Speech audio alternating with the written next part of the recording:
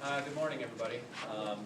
Thanks for making it out here this morning. We're sorry that we have to meet under these circumstances, obviously. We're just going to do some introductions to start with and let everybody know who's up here standing behind me, different officials. Just to kind of recap what we're going to do, I'll kind of give you a chronological order of what happened, what we know so far. At the end, if anybody has any questions, we'll field some questions to a certain extent. There's obviously some things that we're going to be able to answer and not answer at this point. This is still very, very early in the investigation. We're looking at just 12 hours since this unfortunate event happened. So please bear with us. We'll give you as much information as humanly possible. To my right here, this is Elkhart County Prosecutor Curtis Hill. Right here directly behind me, Indiana State Police Detective Aaron Ritma, and to my left of him is State Police Detective Chad Sherwood.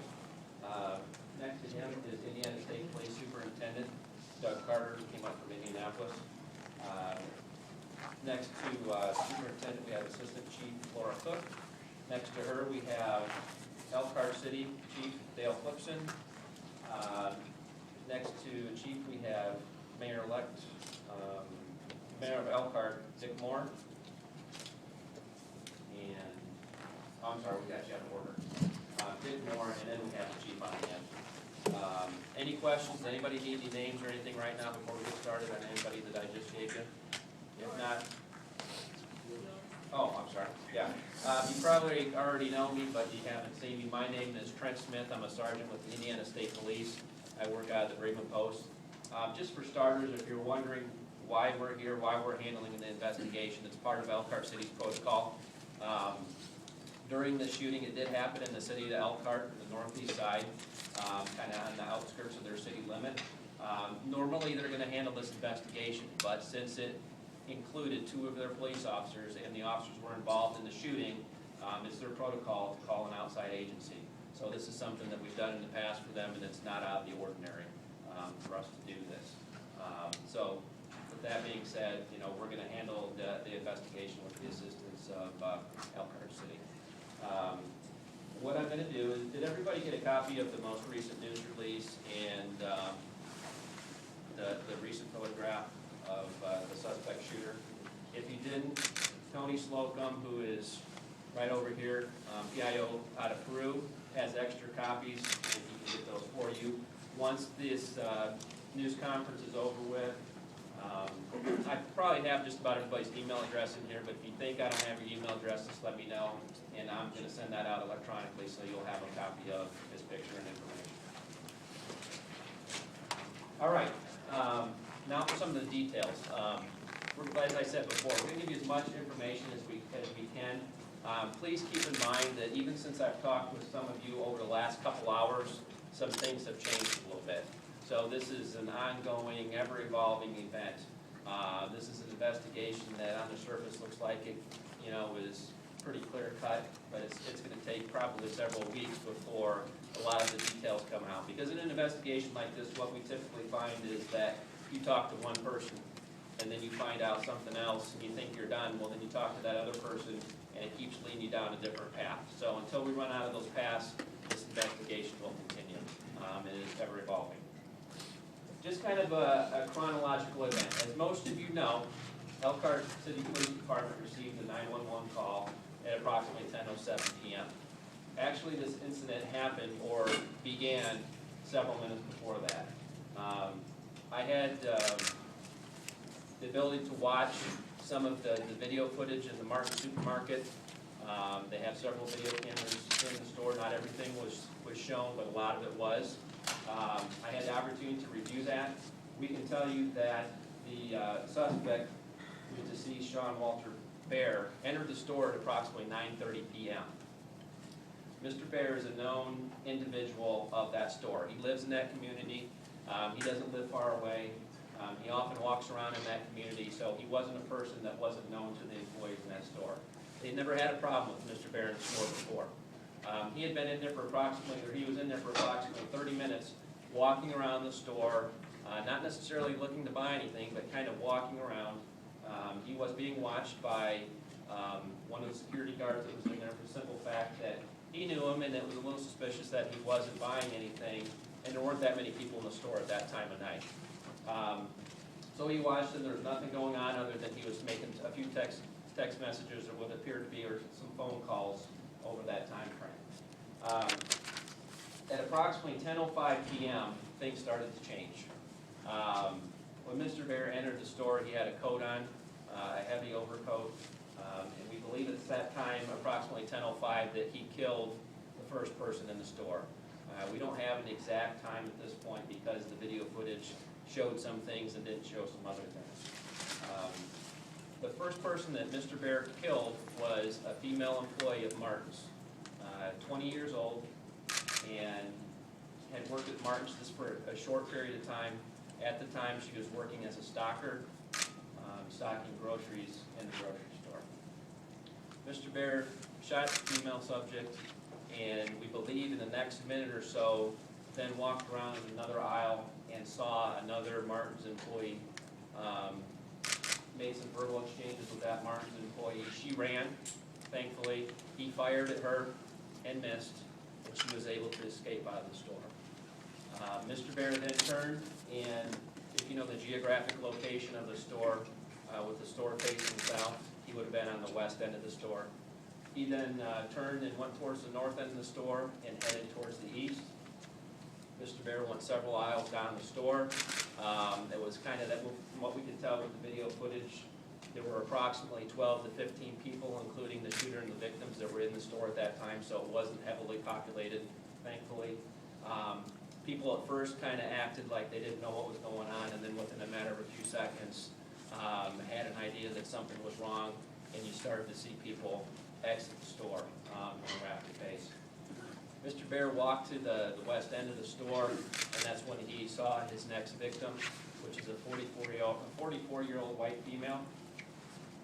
He shot her multiple times, and as he approached her, and she was at the end of what would have been the south end of the store, towards the checkout area. As he turned the corner, he was confronted with the manager of Martin's, the manager that night. From the video footage, the manager was one of the last people that was left in the store. It looked pretty apparent to me that he was trying to figure out what was going on. He didn't have any idea. Unfortunately for him, as he walked down the aisle, the shooter turned the corner and pointed the gun right at him. They came face to face. Over the next 2 minutes, which would have been approximately 10:08 to about 10:10, Mr. Bear held the manager of the store hostage. He asked him to go to his knees. You can see the manager there in a praying position. It appeared to be, we couldn't hear the audio footage, but you could just see the position that he was in. You could see the shooter waving the gun around, pointing the gun at him, and what appeared to be taunting him at times.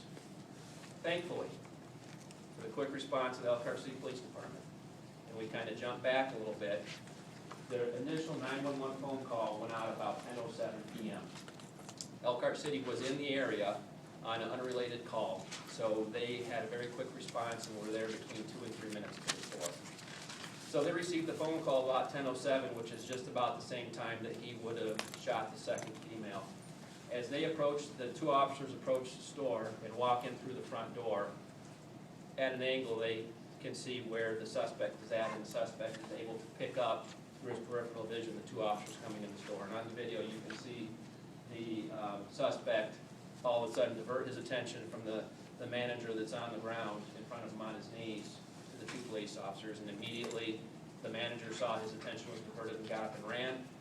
The suspect got up and ran as well. They both ran down parallel aisles in the north towards the store. Thankfully, the manager was able to escape. We're not sure which door at this point he went out of, but the suspect stopped in the aisle for a little while. He did some things with his gun that at this point we can't really tell what it was. We know at that time he also brandished a long hunting knife and his gun. He walked around the end cap of the store and down another aisle as the officers entered the store and strategically tried to clear all the individual aisles as they were walking towards the last place that he would have been seen. As they entered the last aisle where the suspect was at, they met within probably 10 or 15 feet of each other. my best estimate or guess. It was at that time that shots were fired with Elkhart City Police Department. The suspect was killed. There's no doubt in my mind that two things happened tonight. The bravery and the quick response of the Elkhart City Police Department saved lives. There's no doubt. There's no doubt in my mind that there's a couple employees that work for Martin's Supermarket that I watched on the video footage that waited to get out of the store, to help some of the people get out of the store and kind of corral them and push them out of the store. So there's good stories, even come out of bad stories. And I think that's one thing that we need to try to bring out from what happened here tonight. As far as releasing the names, we're having some trouble getting a hold of next of kin for both of the female subjects. That will probably happen sometime later today. As soon as that happens, we will get that information out to you. Does anybody have any questions before we make some more? Have you been able to determine a motive at this time? No, we have not determined a motive. As I mentioned before, things have kind of swung back and forth. As I last reported, we didn't believe that there was any connection between the shooter and one of the female victims. However, some information has now come in from other parts of the state that might not be true. There might be some relationship. So at this point, as I said, this is still very early in the investigation. We have yet to make a final determination if there was truly any relationship between the shooter and the female subjects. Have you been to his house? Can you describe what you found at his house? No, we can't. We have been to his house. The subject was living with his parents. We had a consent to search of the house. Some items of evidentiary value were recovered from the house and have been processed. What's their reaction? What did his parents say? It's like any parent. I mean, you don't ever want to think of your own child being involved with something like that. So, the initial shock of obviously somebody knocking on your door and telling you that your son's dead, how would you feel? And I mean, that's it.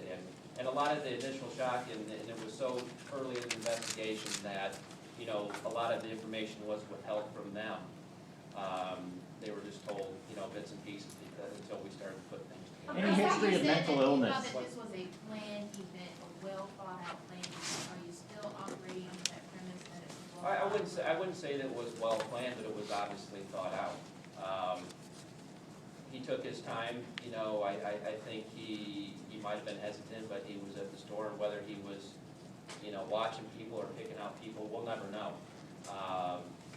As this investigation continues, there's no doubt that things are going to come about that are going to, point us in certain directions. But at this point, it's tough to say, what is the motive when we don't even have all the pieces of the puzzle yet. What he was I have a question. Exactly 3 years ago yesterday, he was charged with theft from a different Martin store.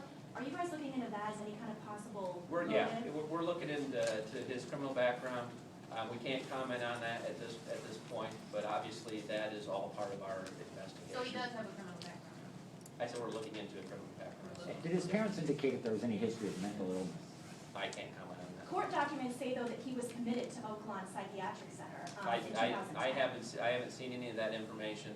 As I said, that's a lot of, we're 12 hours in the investigation, so that's things that typically we're gonna pick up on day one, day two, as we start to get the most important things that are in front of us right now. Have you been able to determine who that gun was registered to?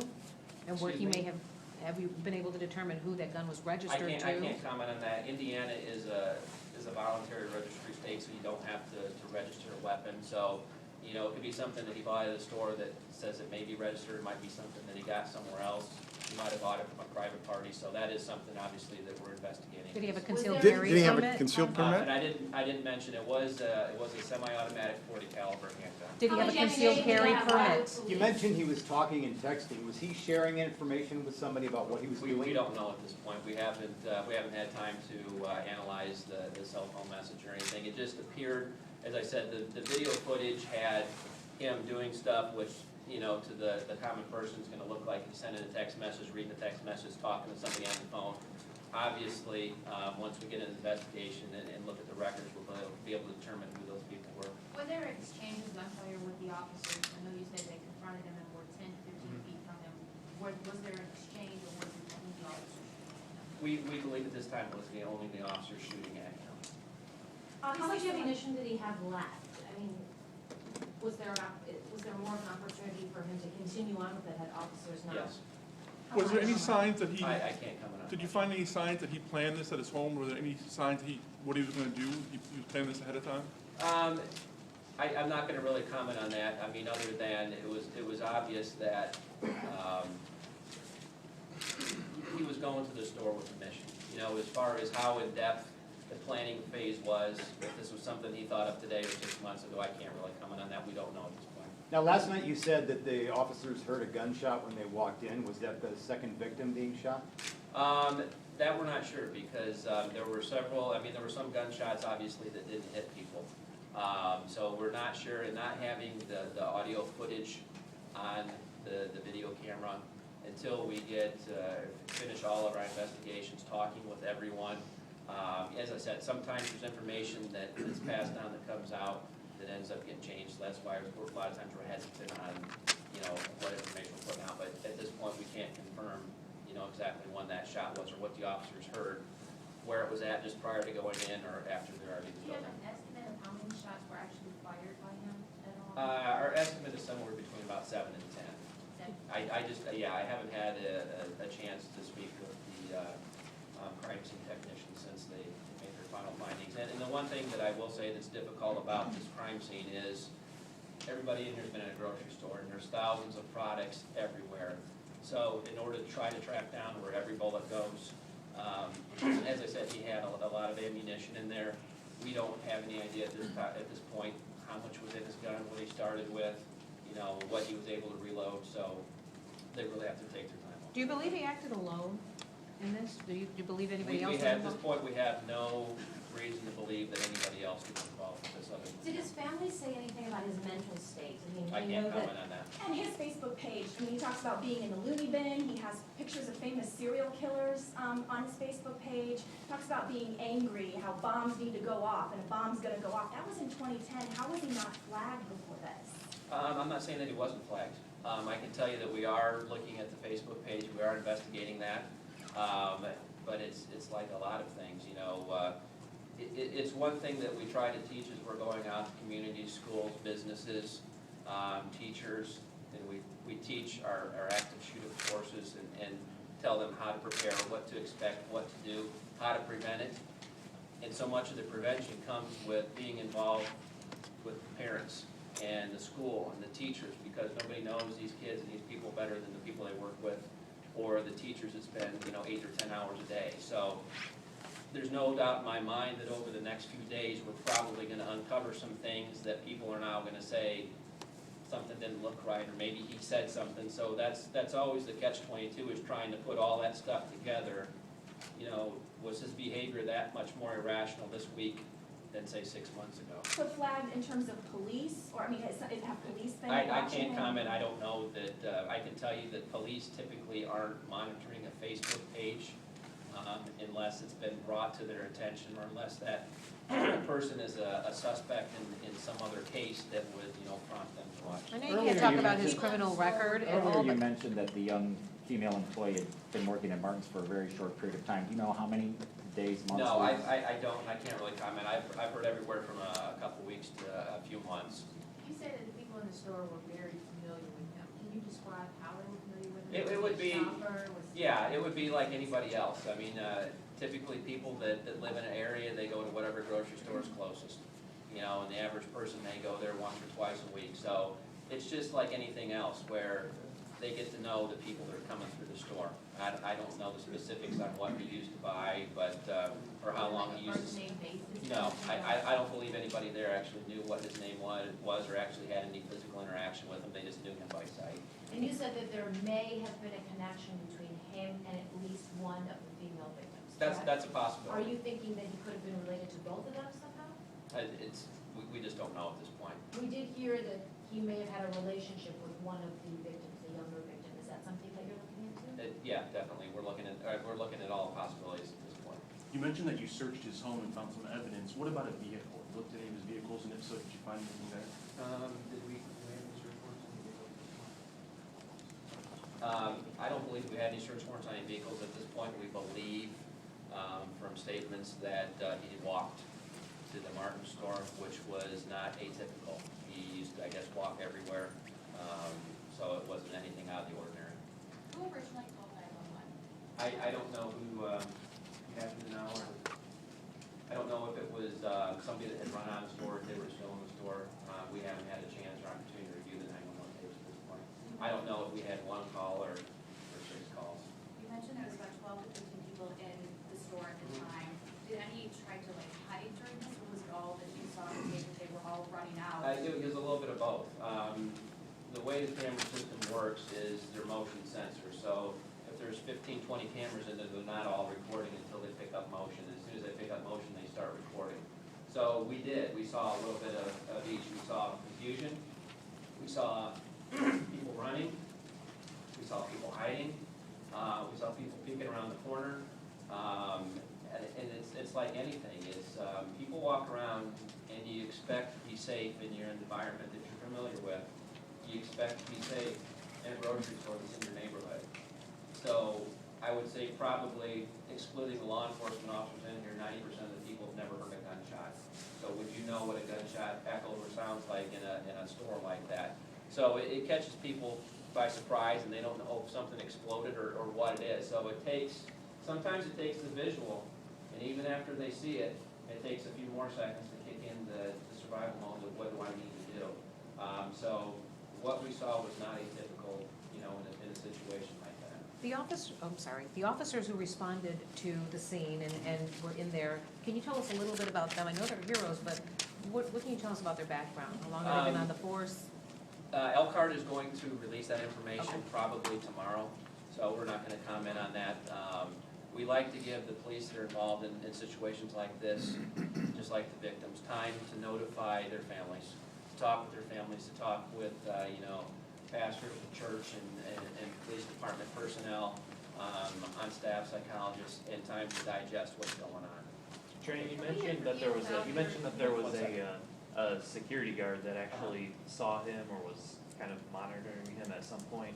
Was that an armed security guard? Was it an off-duty No, police officer? Martin's does not have armed security guards unless they're off-duty police officers. Do some other Martin stores have off-duty police officers? Yes.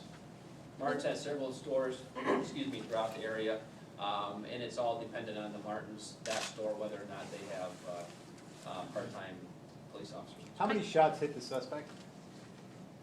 I can't comment on that because, we have obviously yet to do the autopsy, so until that's done, we don't have any idea how many shots. I know you can't talk about his criminal background, but can you say whether there were restraining orders? Was there anybody working with him or supposed to be monitoring him, whether it was a probation officer or a parole officer? As I said, that's Was something anybody? something we're still looking into, so we don't know at this point if he was on probation or parole. We have some information, but that's all stuff that we're looking into at this point. Was the gun his, or what, or did he get it from someone else? Does he have a concealed carry permit? I can't comment on the permit, we have no idea at this point where the gun came from. Mayor, can we report about the shooting taking place in your town of Elkhart? Do you mind stepping in? I'll leave that up to you. This is your press release. If we're gonna keep it, I think, until just kind of the facts, and I'm gonna give Curtis and the superintendent an opportunity to talk here in just a couple minutes. I'll take a couple more minutes of questions, and then afterwards we'll break out, and then if somebody wants to interview specifically a person, we can work it that way as well. We'll take 3 or 4 more questions. Do we have any? Last night you mentioned that you talked a little bit about those actions changing with you guys when it comes to an active shooter. Can you talk about how protocol has kind of changed and how being able to get into that supermarket faster saved people? There's no doubt. Everybody remembers the shooting down in Goshen that's familiar with the area several years back. Really, over the last 10 years, this is unfortunately something that we've had to change. The old system used to be to show up, secure the scene, wait for the SWAT team to show up, which usually ended up in a barricaded situation, which usually ended up in more loss of life because you had somebody with a knife or a gun or a bomb in a business, in a school, wherever it was at, running rampant, doing whatever they want. Since all the shootings that we've recently had and the term active shooter has come out, Think of it as not just an active shooter, but anybody that's causing harm. That if he would have went in that store with just that knife, he would have actively been trying to kill people. So, but what has really changed over the last few years is the way that police departments respond and train for something like this. Police departments train in that when they show up, whether there's one officer there, 2 officers there, or 6 officers there, the state police is trained that that person is going to go through the front door. We put out a uniform to protect other people. We know the circumstances and the harm that may come our way going through the front door, but that's the risk that we take when we walk into a school that we hear there's been an active shooter. We don't wait and take the time to wait for other people to back up. Our goal is to get in there and stop whatever that aggressive act is or whatever that person is doing absolutely as fast as possible. We also train that if there are victims on the floor, that we walk around them, because our goal is to find that person that's in there doing harm to the other people. Because if we stop and wait and try to treat and help every person, we're possibly, we're losing seconds where seconds can cost lives. There's no doubt in my mind, after watching the video, that Elkhart City has been well-trained. No doubt whatsoever. Those officers were professional. They went in a professional pattern. They strategically cleared that store in a matter of seconds. They found the suspect, and they ended the attack.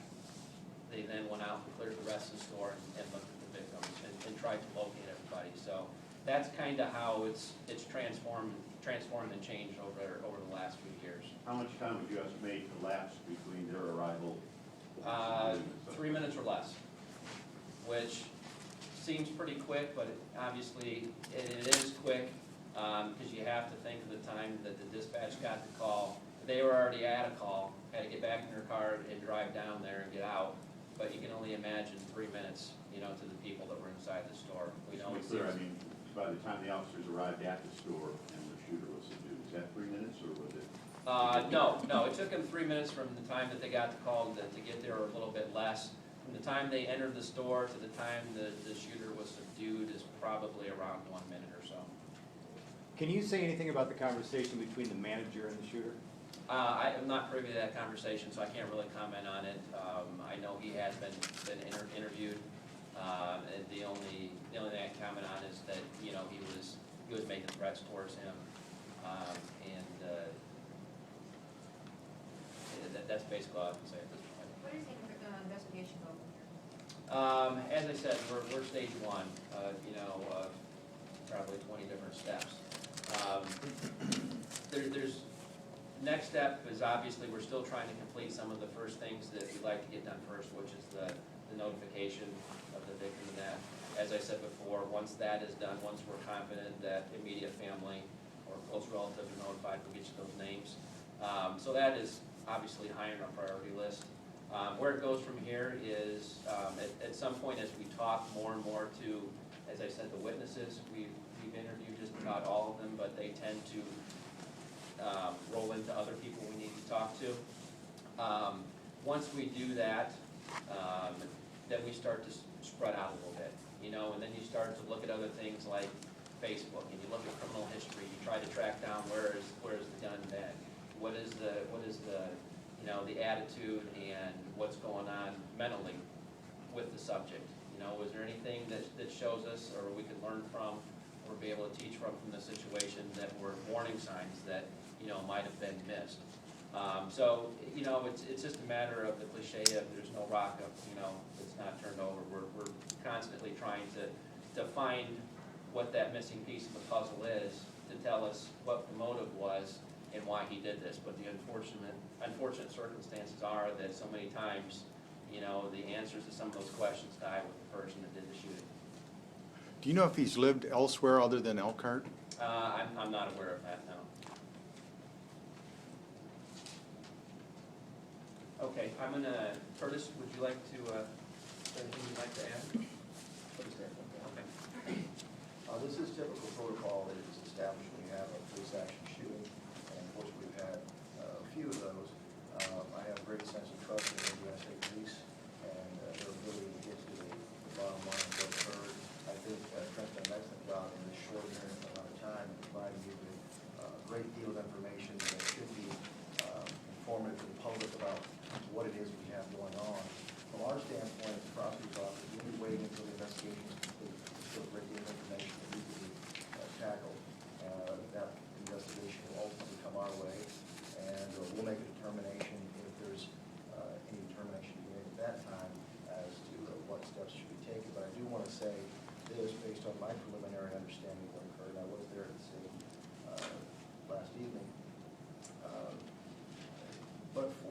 trying to respond to the police department.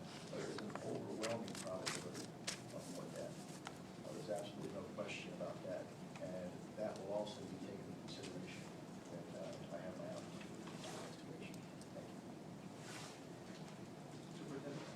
Superintendent Carter? As I sit here listening to what occurred, words tend to escape me. These kind of events that are occurring around the country strike the very soul of who we are as human beings. And now it happened right here in Indiana, in the heart of Indiana. I'm driving up here today and I got a call from Governor Pence. He sends his absolute appreciation for your officers that ended this situation. Thinking of the community that's been rocked to its core, and certainly commits any and all resources, not only from the state police, but from his office as well. I'm confident that these guys standing behind me that have had no sleep since last night will do all that they can do to answer the questions that you've asked. And they're good questions, and they're righteous questions, and they're the right questions. But one thing we will not do is speculate when we're talking about victims whose lives have been forever shattered and families have been forever shattered. And I know you understand that. Additionally, as we go back in time, we've learned from other communities that have dealt with similar situations to this one. It rocks our soul. And now is the time for us to truly generate those partnerships with you, to find out about those people that might have seen a post at some point in time in the past, and maybe have not wanted to communicate with law enforcement in the past for a number of reasons, that maybe don't want to talk to their neighbor about something they think is unusual. And then all of us collectively come back together with that same accurate information. You see, we can't be all things to all people, but we'll try. And we've got to have that partnership with you and with our communities, and in the intelligence community. And this can go on and on and on. My thoughts are with the victims' families, as all of yours are. We can learn from this, and we will. We'll continue to solidify relationships with our local partners, and we'll do all we can do to support these initiatives. Because there's not a police officer in this building that wouldn't give his life to stop what happened last night to those two innocent victims. You cannot lose sight of the commitment of folks dressed like me all around us today. So I too will stick around if there are individual questions that you'd like to ask me from my perspective. And I'm very, very grateful for this response. The community's been shocked, the community's been rocked, and it's been rattled to its core. And these are the kinds of things that hopefully we can learn from. Maybe hopefully it doesn't need to happen again.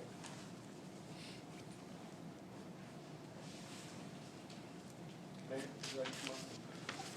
If whoever had a question for the mayor.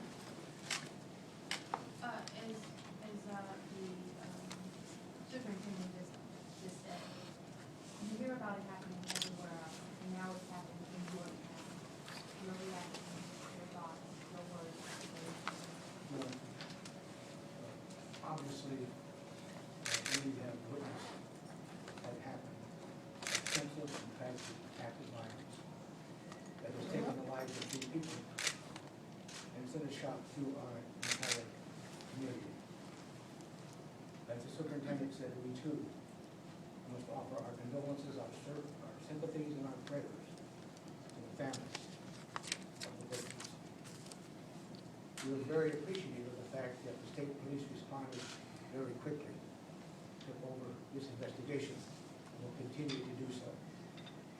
I'm not the detail guy, as you know, and the details that will come out of this when they're ready to be released will be released by them. I'm also, as has been mentioned, so appreciative of the police department that was able to make a 3-minute response, was trained to do the job, and then had the courage to do the job as well. It certainly quieted something that could have been much worse than it was. So we do read about these things, as you noted, all across these United States, not thinking that it could ever happen here, but it has. We will do our best to uncover the reason and always do our best to prevent such actions in the future.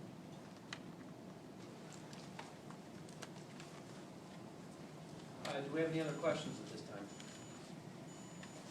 If not, we're gonna go ahead and wrap this up. As I said, once I am 100% sure that everybody's been notified that needs to know as far as the victims, you will be the first to find out. If by chance you think I do not have your email, and I probably don't have your email if you haven't received one of my 2 emails that have gone out, please contact Officer Slocum. He'll write down your name, your email address, a telephone number. On my press release, you should have a cell phone number. Please do not call me and ask for an update. When there's an update, we'll give you an update. I just can't handle the volume of calls. When I send out a press release and it has the information that's on it, it's as accurate as I possibly have at that point. So please help us out in that situation. The last thing that I would like to add is you do have the photograph, and as I said, I'll send that out electronically, so if I don't have your email, please contact Sergeant Slocum. We're asking the public that if they have any encounters with Mr. Bear, if they know of him, if they've recently talked with him, if they think they have any information that may be helpful to us, no matter how slight it might be, that they please contact the Indiana State Police, the Freeman Post. They can ask for either Officer or Detective Chad Sherwood or Aaron Ripma, because we'd like to speak with them. Could you give us those names again? Detective Chad, C-H-A-D, Sherwood, S-H-E-R, is it 2 R? S-H-E-R-W-O-O-D, and Aaron, A-A-R-O-N, Ripma, R-Y-P-M-A. Are the autopsies today?